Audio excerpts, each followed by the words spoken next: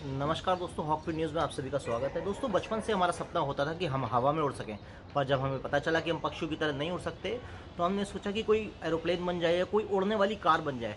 अब वैज्ञानिक दृष्टिकोण से इस विषय पर हालांकि बहुत ज़्यादा सोचने विचारने की ज़रूरत है, लेकिन ये एक ऐसा लक्ष्य है जिसको आसानी से अचीव करना मुमकिन शायद नहीं है, या ये कहें कि अभी तक समझा जाता था। अब आप लोगों को बता दूं कि दुनिया के तमाम टेक्नोलॉजी फील्ड के जो बड़े बड़े एक्सपर्ट हैं वो इसी दौड़ का हिस्सा बन रहे हैं कि एक फ्लाइंग कार कैसे बनाई जाए। इन सभी के बीच एक बहुत बढ़िया और बहुत बड़ी खबर भारत के लिए है कि भारत की कंपनी विनिता ने एशिया की सबसे पहली ऐसी टेक्नोलॉजी विकसित कर दी है जो 2025 तक उड़ने वाली कार का सपना पूरा हो सकता है। जी हाँ, चेन्नई स्थित फर्म विनिता एरो मोबिलिटी ने दुनिया के सबसे बड़े हेरीटेक एक्सपो एक्सेल लंदन में एशिया की पहली हाइब्रिड फ्लाइंग कार प्रोटोटाइप का अनावरण किया है। विनिता की हाइब्रिड फ्लाइंग कार एक वर्टिकल टेक ऑफ और लैंडिंग यानी VTOL मशीन है और इसका rotor configuration coaxial quad rotor है। इसका वजन 1100 किलोग्राम है और ये अधिकतम 1300 किलोग्राम वजन उठा सकती है। उड़ने वाली इस भारत की पहली कार की मुख्य खासियत ये है कि इसे भारत में बनाया जाएगा और इसके उपयोग को और अधिक टिकाऊ बनाने के लिए बिजली के साथ साथ बायोफ्यूल का उपयोग भी किया जाएगा। ये 120 किलोमीटर प्रति घंटे की शीर्ष रफ्तार से 60 मिनट तक यानी 1 घंटे तक उड़ सकती है और ये ज़मीनी स्तर से अधिकतम 3000 फीट की ऊंचाई पर उड़ सकती है। यानी आपके शहर के अंदर ट्रैफिक जाम की चिंता अब भारत ने खत्म कर दी है। विनिता और उड़ने का जो सपना है इसके बारे में आपको मैं बताता हूं कि दुनिया भर में विभिन्न कंपनियां उड़ने वाली कारों को हकीकत में बदलने के सपने का एक अनदेखा पीछा कर रही हैं, लेकिन मानव सभ्यता यानी कि ह्यूमन सिविलाइजेशन हर रोज इसके पास पहुंच रही है और अब भारत इस दौड़ में पीछे नहीं है। विनिता कंपनी इस लक्ष्य को हासिल करने के लिए जी जान से लगी हुई है। कंपनी ने अपने YouTube चैनल पर फ्लाइंग कार के डिजिटल प्रोटोटाइप का एक मजेदार वीडियो भी जारी किया है जिसमें केबिन और बैठने की व्यवस्था की झलक दी गई है। उड़ने वाली कार एक समय में 2 लोगों को सफर करा सकती है और इसमें पंख जैसे दरवाजे सीधे खुलते हैं। इस उड़ने वाली कार में एक विशाल डिजिटल टच स्क्रीन सिस्टम है जिसका उपयोग अन्य चीज़ों के अलावा नेविगेशन के लिए भी किया जा सकता है। विनिता एरो मोबिलिटी ने पिछले महीने देश के नागरिक उड्डयन मंत्री ज्योतिरादित्य सिंधिया को अपनी फ्लाइंग कार का प्रोटोटाइप पेश किया था, जिन्होंने कंपनी के प्रयासों के लिए निर्माता की प्रशंसा करी थी। उड़ने वाली इस कार का 2023 तक एक वास्तविकता बनने की उम्मीद है और 2025 तक उड़ने वाली कार का इस्तेमाल लोगों और कार्गो के परिवहन के लिए स्टार्ट हो जाएगा और यहाँ तक कि चिकित्सा आपातकालीन सेवाएं भी प्रदान इसके द्वारा करी जाएंगी।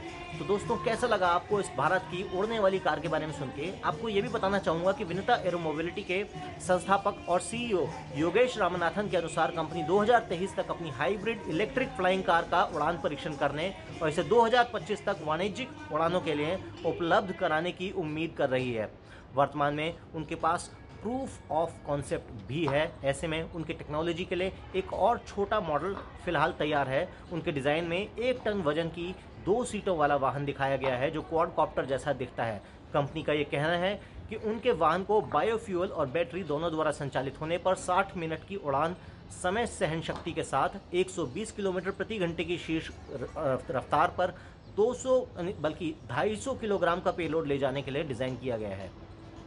आपको ये बात जानकर खुशी होगी कि इस वैज्ञानिक सफलता से भारतीय संस्कृति जड़ी हुई है। आपको बता दें कि विनिता नाम सनातन धर्म के लिए महत्वपूर्ण है। हिंदू पुराणों के अनुसार विनिता पक्षियों की मां है और वो प्रजापति दक्ष की 13 पुत्रियों में से एक हैं।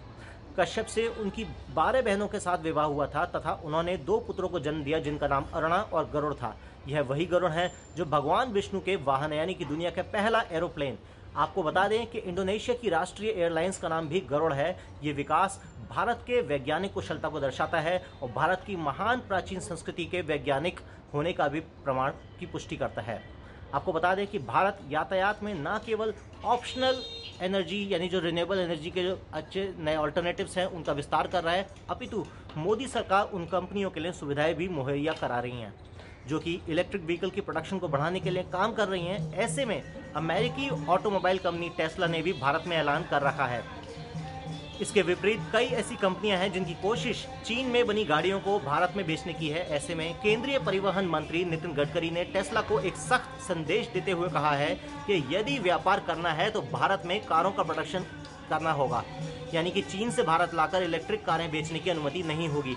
नितिन गडकरी का ये राष्ट्रवादी रुख न केवल टेस्ला अपितु अन्य सभी विदेशी कंपनियों के लिए एक सबक है कि यदि उनकी कुछ ऐसी मंशाएं हैं तो उन्हें भारी नुकसान उठाना पड़ सकता है। यानी अगर भारत में बिजनेस करना है तो make in India. Modi ji ने मेक इन इंडिया तो बताया था, लेकिन उसके पीछे जो कैच है वो गुजराती हैं, उनकी हर बात के पीछे एक कैच होता है।